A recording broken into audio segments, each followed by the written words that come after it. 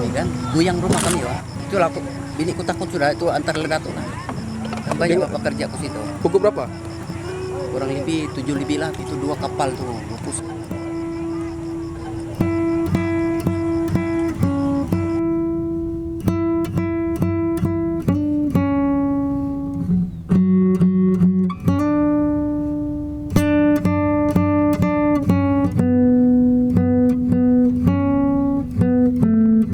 As the villagers flee their homes that day, smoke billows from Kampung Tandawau and the earth trembles under their feet.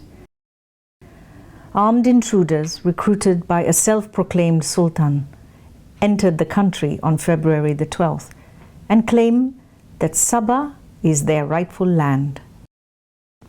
For 2 weeks, the Malaysian government negotiated to avoid conflict, but on March the 1st, 2 policemen are killed in an armed battle in Kampung Tandawau.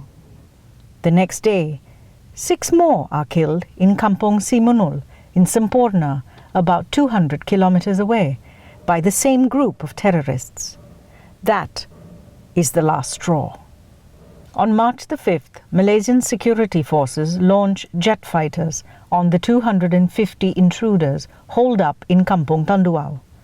The bombing goes on for days. Entahlah, saya dah tak tahu lah nak fikir macam mana. Memang gementar lah, duduk sini memang tak sedap hati. Hari-hari bergegar, rasa nak nangis. Saya, entahlah, berharaplah dekat Yang Maha Kuasa kan. Kira macam, tolonglah orang-orang kat sini susah semuanya kan, bukannya hidup senang. About 2,800 people from 12 villages are evacuated to Felda Sahabat during the intrusion. It is difficult for the villagers and for the rest of the country to take in the fact that we are being invaded. In a sense, the nation is at war. The roar of jet fighters, the bombings, the shootings are terrifying.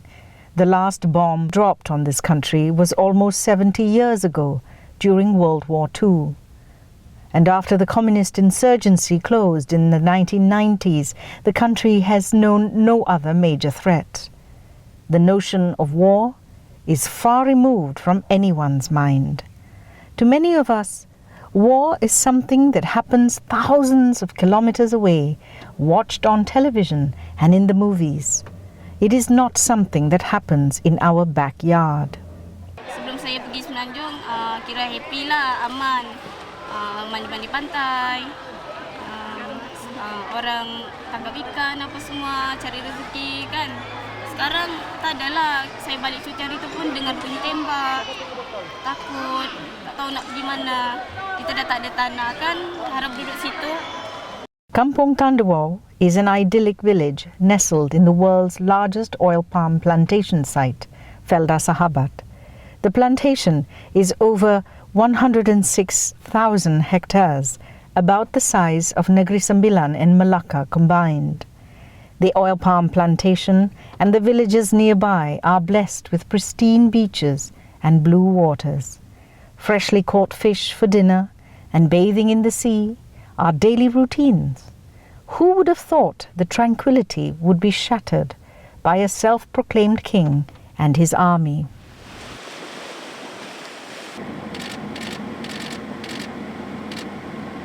When Ops Daulat was launched on March the 5th, the nation was gripped by the harsh reality that peace and security could be taken away if we let our guard down.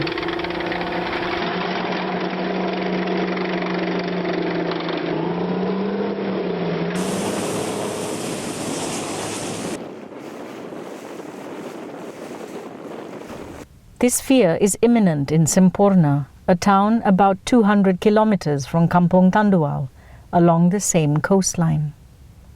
On March the 2nd, just a day after 2 policemen were shot dead in Kampung Tandawau by armed intruders, Semporna experienced a fear like never before. The day begins like any other, but in the late afternoon, a large group of policemen march into Kampung Simunul. What follows shortly is the deafening sound of gunshots. It is raining bullets in Kampung Simunul.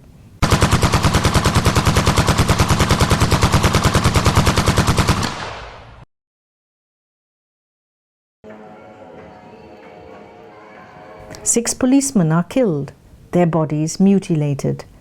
News of the incident spreads like wildfire, and the people are hysterical with fear.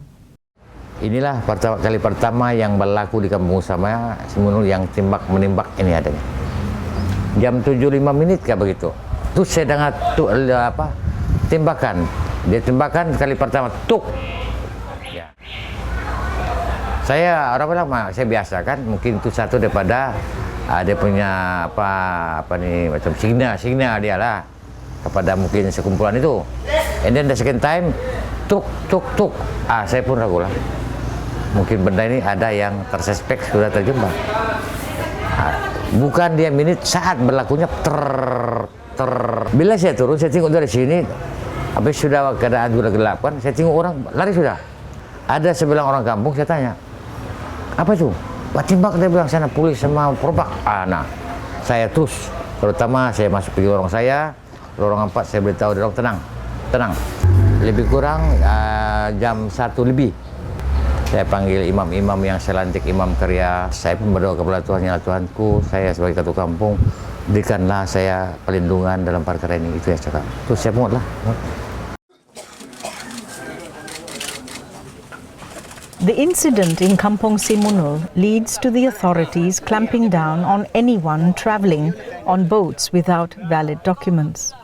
Many of the fishermen and skilled crew members do not have valid identification documents. The strict security measure stops them from earning their livelihood, and many boats are stranded at the jetty without a crew to man them. The Fisheries Department in Semporna records a drop of 70% in the catch since the shootout at Kampung Simunul. Fish from Semporna is transported to Tawau in Kota Kinabalu, and from there exported to neighboring countries including Taiwan. Paksalah, kais pagi makan pagi, kais petang makan petang.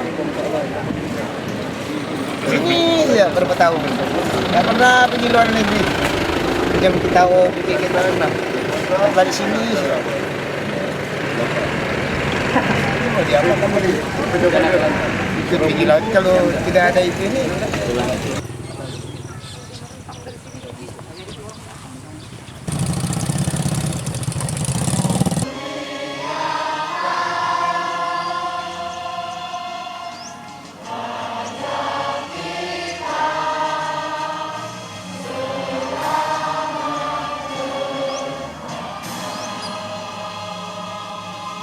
Untuk hari ini, pelajar-pelajar sekalian, jangan sedih, jangan rasa lain bila memakai pakaian yang tidak memenuhi peraturan sekolah.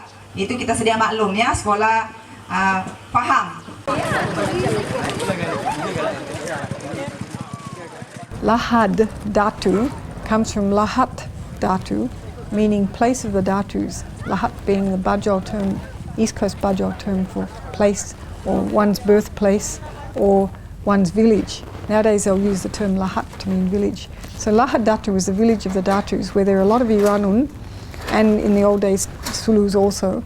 Not all Sulus are illegal immigrants. There is a small numbers that were descended from, they've been there about 100, 200 years. They tend to be much more land-based compared to Semporna.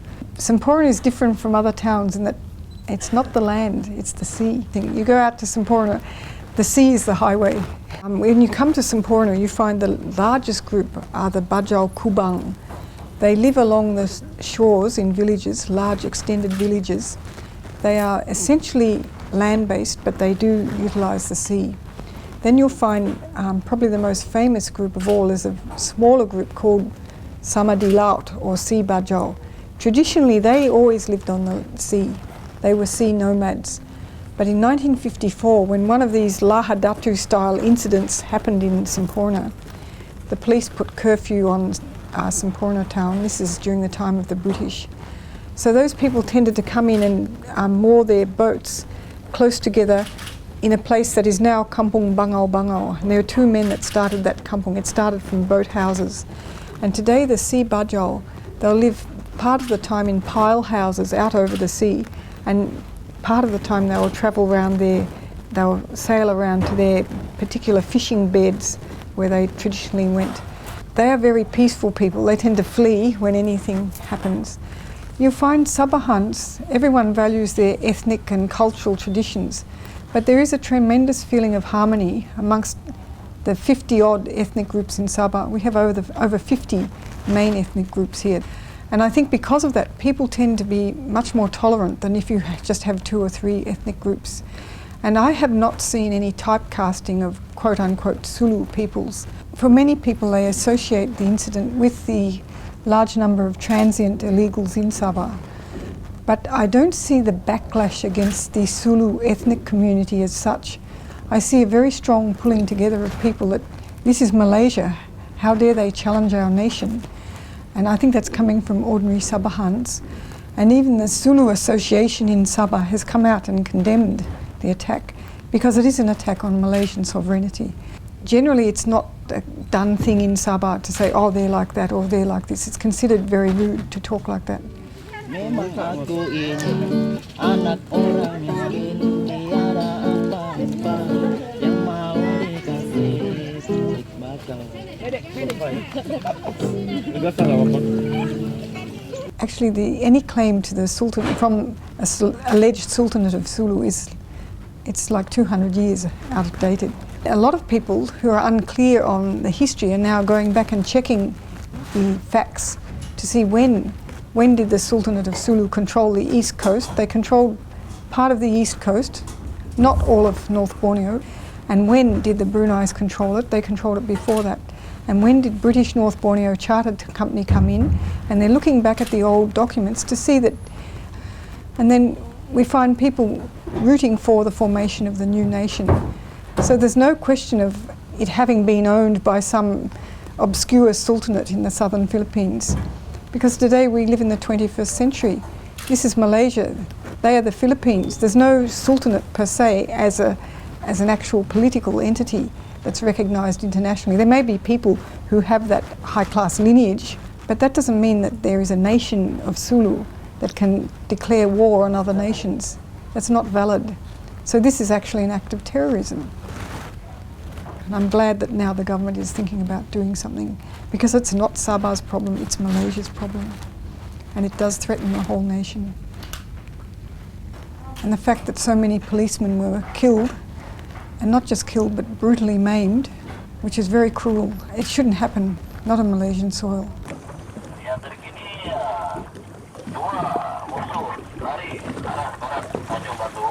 So I think it has drawn attention to the fact that our east coast is very long and very porous. I think there needs to be something done, and certainly the government is trying to do this with this new ESCOM.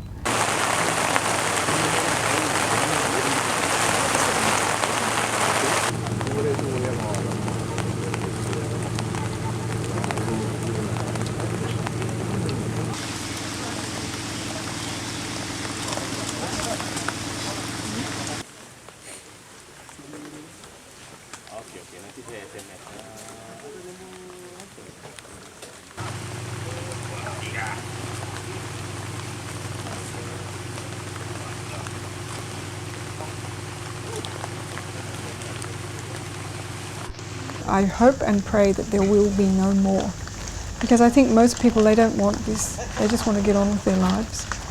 Even the transient population, I believe that most of them have come here as illegal immigrants because they want to feed their families, because they want security and safety.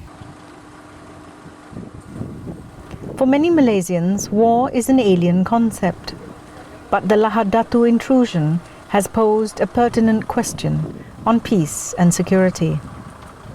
Suddenly, the possibility of a lost future looms. What if war happens? A livable future can only exist in a peaceful country, free of fear and conflict.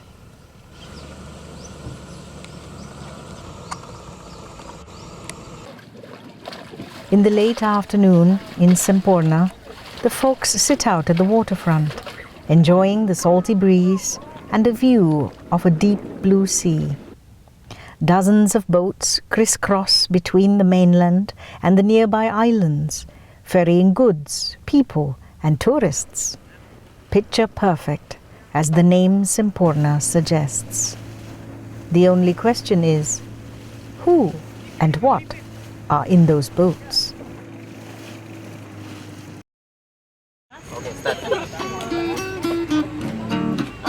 Orang miskin tiada apa-apa yang dapat ku berikan. Kau memang cantik, memang tidak padan dan tidak sepadan. Aku anak kampung, tiada pelajaran, kuli-kuli sahaja, memang tidak padan. Cantik kau itu, hanya yang sedang kau lagi orang kaya. Tiada keretaku bawa kau jalan-jalan, rumahku